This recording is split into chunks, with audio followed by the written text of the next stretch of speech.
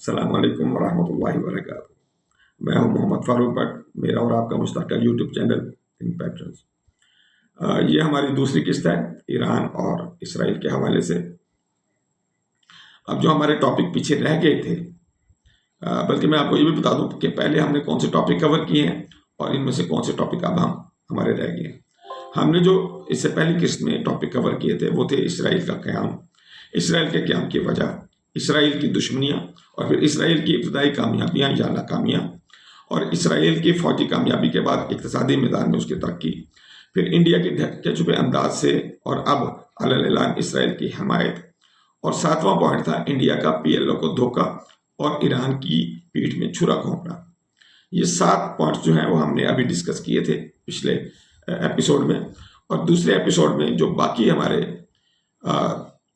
4 points رہ گئے ہیں وہ انشاءاللہ ہم اس کے اوپر بات کریں گے۔ ہمارا اب پہلا پوائنٹ ہوگا نیتن یاہو کی کتاب میں 7 ممالک کے متعلق کیا ڈسکس کیا گیا تھا اور وہ کون سی کتاب ہے۔ پھر انڈیا اور اسرائیل کے اتحاد کے بعد غزوہ ہند اور بیت المقدس کی آزادی کی جنگ جو ہے اس کا کیا مستقبل ہے، اور تیسرا جو پوائنٹ ہے انڈیا کی پاکستان سے بری طرح ہار کے بعد انڈائریکٹ پلان یا پلان بی اس کا کیا ہے۔ تو ہم سٹارٹ کرتے ہیں اپنے پہلے پوائنٹ سے، جو کہ ایپیسوڈز کے حوالے سے ہم دیکھیں تو یہ 8واں پوائنٹ ہوگا، اور آج کی قسط کے حوالے سے یہ ہمارا پہلا پوائنٹ ہوگا۔ ہماری ریکویسٹ آپ سے صرف یہ ہوگی کہ آپ کو ہم اچھے لگ رہے ہیں یا نہیں لگ رہے ہیں، ہمارا ولاگ آپ کو اچھا لگتا ہے یا نہیں لگتا، لیکن ہماری گزارش ضرور ہے کہ آپ ہمارے چینل کو سبسکرائب ضرور کریں۔ چلیں جی، ہم اپنے 8ویں پوائنٹ اور آج کے پہلے پوائنٹ پہ آتے ہیں کہ نیتن یاہو کی کتاب میں کن 7 ممالک کے متعلق ڈسکس کیا گیا ہے۔ نیتن یاہو نے 1995 میں اپنی کتاب A Place Among the Nations لکھی، اور اس میں اس نے ایک ڈاکٹرائن پیش کیا۔ اس ڈاکٹرائن کے مطابق اس نے کہا کہ 7 ممالک جو ہیں وہ ہماری یعنی کہ اسرائیل کی دشمنی میں پیش ہیں، اور ان 7 ممالک کو ہمیں جلد از جلد یا تو ختم کر دیں یا ان کو ہم فیل سٹیٹ میں کنورٹ کر دیں۔ ان کے میں نام آپ کو بتا دیتا ہوں۔ ان میں ہے لیبیا، سوڈان، لبنان، عراق، شام، صومالیہ اور ایران۔ اب شروع ہو جائیں۔ سوڈان میں خانہ جنگی ہے جس کو شمالی اور جنوبی سوڈان میں تقسیم کر دیا گیا ہے، اور ایسی خانہ جنگی اس میں ڈالی گئی ہے کہ کچھ سکون نہیں ہے، اور وہ بالکل آپ سمجھ لیں کہ فیل سٹیٹ کی طرف جا رہا ہے۔ لیبیا میں 2011 میں قذافی کو ہٹا دیا گیا، اور قذافی کے ہٹانے کے بعد سے لے کے آج تک کوئی بھی لیبیا میں حالات ایسے نہیں ہیں کہ جس کو ہم امن سکون کی بات کریں اس کے ساتھ۔ پھر لبنان میں آج بھی خانہ جنگی جاری ہے۔ کبھی وہاں پہ سنی اور شیعہ کی لڑائی کروا دی جاتی ہے، کبھی وہاں پہ عیسائیوں اور مسلمانوں کی لڑائی کرا دی جاتی ہے، کبھی حزب اللہ کی اور لبنان کی آرمی کی لڑائی کرا دی جاتی ہے۔ ہر وقت کسی نہ کسی طریقے سے لبنان کو ایک فیل سٹیٹ کی طرف دھکیلا جا رہا ہے۔ عراق آپ جانتے ہیں کہ 2003 میں اینٹ سے اینٹ بجا دی گئی، صدام کو اس کو اتار دیا گیا، اور اس کے بعد سے لے کے آج تک عراق اپنے پاؤں پہ کھڑا نہیں ہو سکا۔ شام آپ کے سامنے ہے۔ ابھی 2025 میں حافظ الاسد کے بیٹے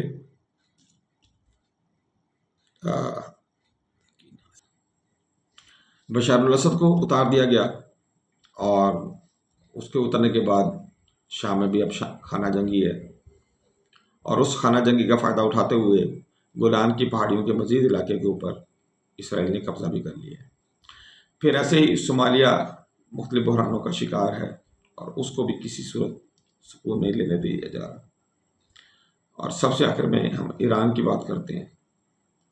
ایران کے اوپر بھی آخرکار حملہ کر دیا گیا ہے، اور دیکھتے ہیں کہ یہ اونٹ کس کروٹ بیٹھتا ہے۔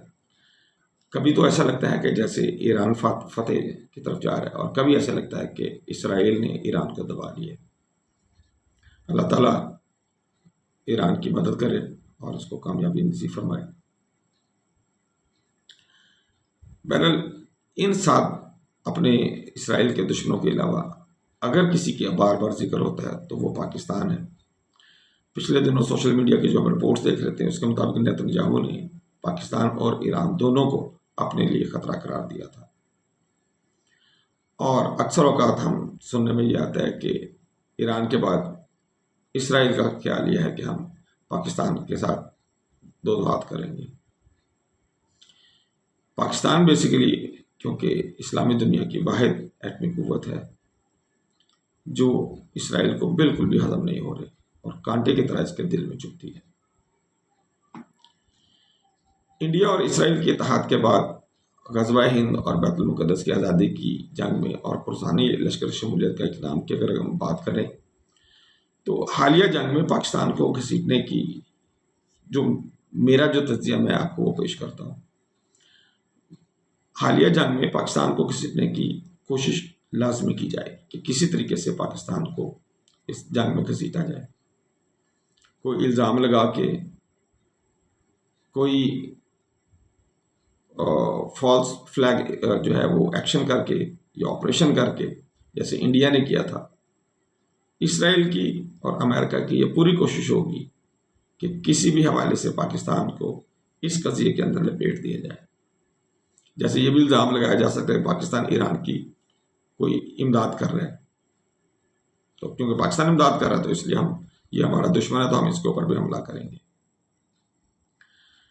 اسرائیل اگر مکمل طور پر جیت جاتا ہے ایران سے اور ایران کو نیوٹرلائز کر لیتا ہے تو اس سے اس کا مورال بہت بہتر ہو جائے گا، اور اس سے پاکستان کے اوپر اسرائیل کا بھارت کی مدد سے حملہ جو ہے اس کے چانسز اور زیادہ بڑھ جائیں گے۔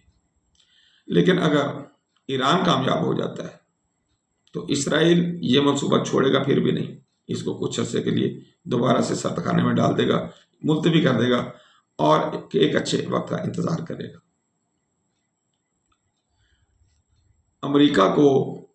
امریکہ نے بھی اس پورے سینیریو کو پر نظر رکھی ہوئی ہے، اور جہاں وہ چین کو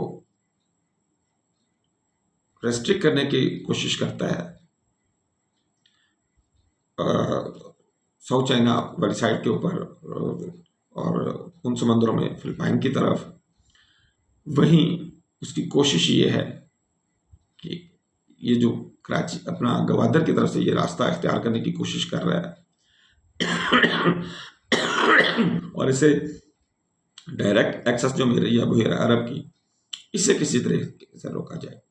گوادر جو ہے وہ بہت زیادہ اس کی آنکھوں میں کھٹک رہا ہے امریکہ میں۔ ساؤتھ چائنا سی کے اندر تو وہ جیسے میں نے آپ کو پہلے بتایا کچھ نہ کچھ ہلچل جاری رکھتا ہے، لیکن ادھر اس نے اب تک ایسا کوئی سلسلہ نہیں کیا تھا۔ لیکن اس حوالے سے جیسے ہی وہ اپنے بحری بیڑے ادھر موو کرنا شروع کرے گا تو یہ بھی چانس بن سکتا ہے کہ وہ اس تمام علاقے کو بلاکیڈ کرنے کی کوشش کرے۔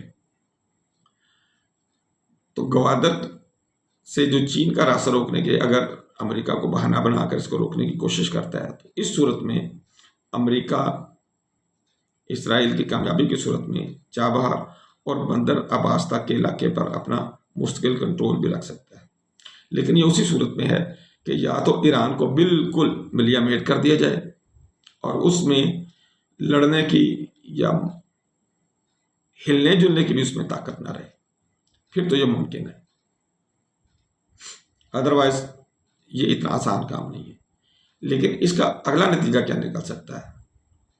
ایسی کسی بھی صورت میں امریکہ یا اسرائیل یا دونوں انڈیا کے ساتھ مل کر پاکستان پر حملہ بھی کر سکتے ہیں، یا اس کی ہماری پاکستان کے تجارت کے راستوں کو مسدود کر سکتے ہیں۔ ایسی جنگ بالآخر جو ہے وہ غزوہ ہند کے اوپر منتج ہوگی، جو کہ ایک طویل صبر آزما لیکن تباہ کن قسم کی جنگ ہوگی۔ یہ جنگ پاکستان کو نہ صرف یہ کہ انڈیا کے ساتھ لڑائی کروائے گی بلکہ یہ اسرائیل کے خلاف بھی آخر تک جائے گی، اور جس کا حتمی نتیجہ انشاءاللہ بیت المقدس کی آزادی ہی ہوگی۔ اگر یہ جنگ ہوتی ہے جس میں اسرائیل، امریکہ اور انڈیا شامل ہوئے تو لازمی طور پر چائنا اور رشیا بھی پاکستان کے ساتھ اس میں شامل ہوں گے، اور یہ نہ بھولیں کہ یہ ایک ایسی جنگ ہوگی جو ترکی کو ایک دوراہے پہ کھڑی کرے گی، لیکن ترکی کا جھکاؤ انشاءاللہ پاکستان کی طرف ہی ہوگا، اور ایسی صورت میں یہ تیسری عالمی جنگ کا پیش خیمہ ثابت ہوگی۔ انڈیا جب سے پاکستان سے ہارا ہے اس سے بالکل بھی برداشت نہیں ہو رہا، اور اس کی کوشش یہ ہے کہ وہ کون سا دن آئے کہ ہم پاکستان پہ حملہ کریں اور پاکستان کو نقصان پہنچائیں۔ انڈیا کو جب سے پاکستان سے شکست ہوئی ہے وہ انگاروں پہ لوٹ رہے ہیں۔ یہ ایسا بے وفا ملک ہے جو ساری زندگی ایران سے فائدے اٹھاتا رہا ہے۔ اب ایران اسرائیل جنگ میں اسرائیل کے لیے ایران کے خلاف جاسوسی کرتا رہا۔ ریزن کیا ہے؟ ریزن اس کی صرف یہ ہے کہ انڈیا یہ چاہتا ہے کہ کسی بھی طریقے سے اسرائیل جیت جائے، اور وہ اس جیت کے بعد انڈیا کے ساتھ مل کر اور امریکہ کو اپنے ساتھ ملا کر پاکستان پر حملہ کر سکے۔ کیونکہ اب یہ بات تو واضح ہو گئی ہے بھارت کے اوپر کہ وہ اکیلا پاکستان پر حملہ کر کے پاکستان کا کچھ نہیں بگاڑ سکتا، لیکن یہ بات وہ پھر بھول جاتا ہے کہ اگر وہ ساری دنیا کی طاقتوں کو بھی ساتھ ملا کے لے آیا تو پاکستان پھر بھی اس کا مقابلہ کرے گا اور اس کو ہرائے گا، بلکہ پاکستان کے ساتھ وہ چائنا کو، رشیا کو، ایران کو، افغانستان کو اور ترکی کو کھڑا ہوا پائے گا، اور ایسا کوئی بھی ایڈونچر جو ہے وہ اس کے لیے مس ایڈونچر بن جائے گا، جو کہ ایک تیسری عالمی جنگ کو سٹارٹ کرنے کا پیش خیمہ بن سکتا ہے۔ اللہ تعالیٰ سے دعا ہے کہ اللہ تعالیٰ ہمیں، ایران کو، فلسطینیوں کو کامیابیاں نصیب فرمائے، ہندوستان کو، اسرائیل کو اور امریکہ کو ناکامی کا منہ دیکھنا نصیب کرے۔ اللہ تعالیٰ ہمیں اپنے مذہب کے لیے، اپنے تمام مسلمان بہن بھائیوں کے لیے اچھا سوچنے اور اچھا کرنے کی توفیق عطا فرمائے۔ السلام علیکم ورحمۃ اللہ وبرکاتہ۔